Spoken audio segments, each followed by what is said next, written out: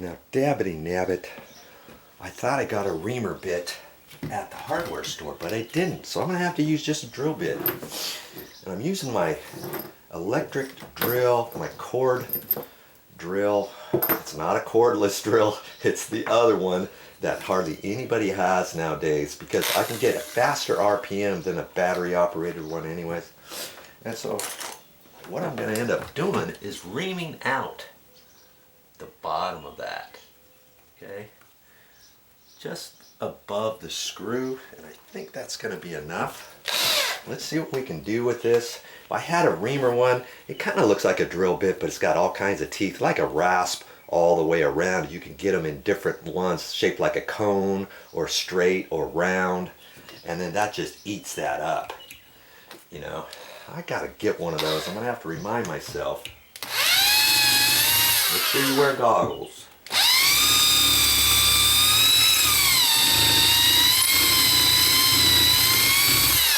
Now see, because there's wood back in there, I can kind of dig my tip into the wood at a slight angle and then kind of pull down and kind of work that and then go a little more, a little more.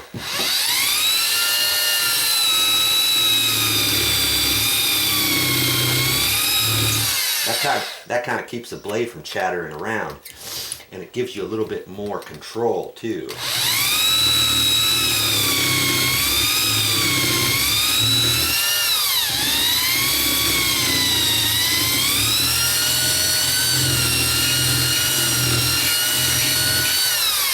That's working.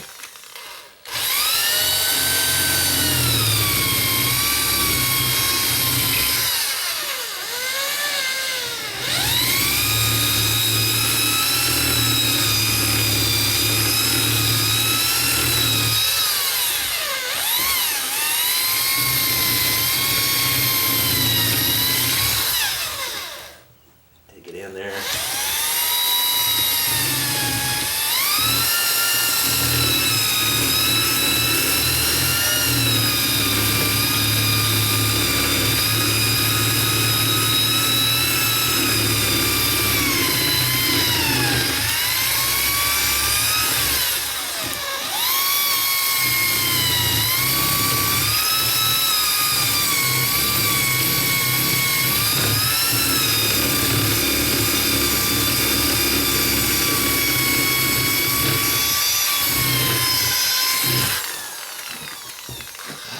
Good. And then, you know, before I get all done, I'll hit the edge so I don't have any burrs on there.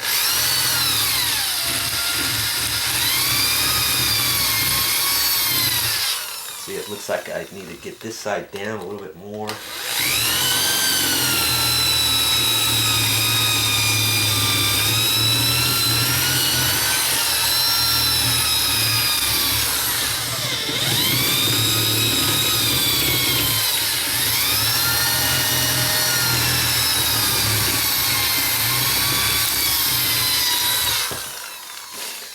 That's what you do when you don't have a rasp drill bit. Okay, moment of truth. That's our first go. Let's see what happens. I'll keep the camera on. I want you to see what I see. We want to make sure and see if this will latch now. Look at that. It's latching.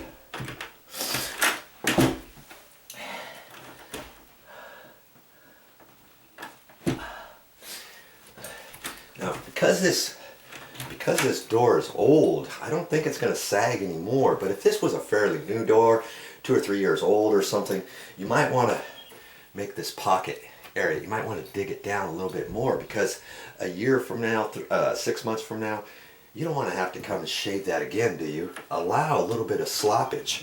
But I've already got it pretty close to the screw head that's holding the strike plate.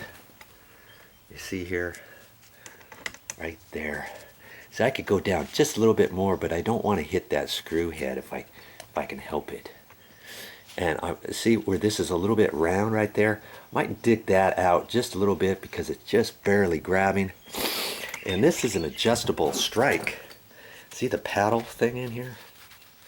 Well, it looks like if that was an angle, see it's barely closing tight right now. I could push that over. Well, it's already bent over. And in order to adjust that, you take this out, take a pair of pliers, and hold that in your hand and kind of bend it. But I can't bend it that way any further because it's at a 90-degree angle at this point.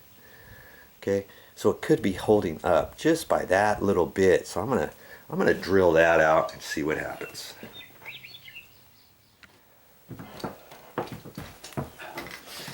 Okay, stick with me here.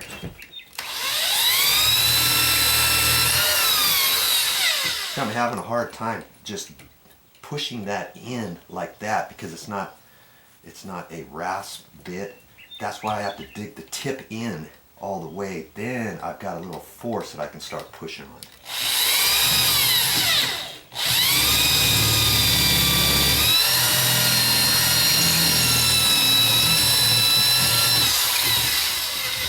That helped.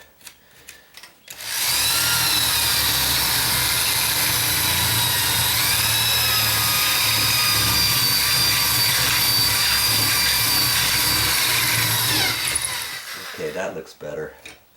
Can't get any better than that, I don't think. Okay.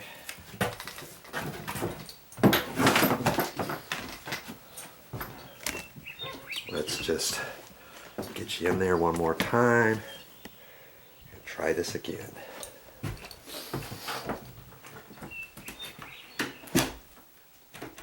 Like that.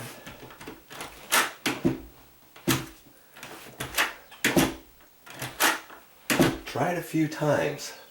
Now see, this door has been at an angle for who knows how many years. And because it's an exterior door and sun gets on it, it could have warped the door ever so slightly. When I'm closing it, the top could be hitting, it is actually hitting before the bottom, you know, and it's just barely closing. Because see, if I push up here, see, I can't get it.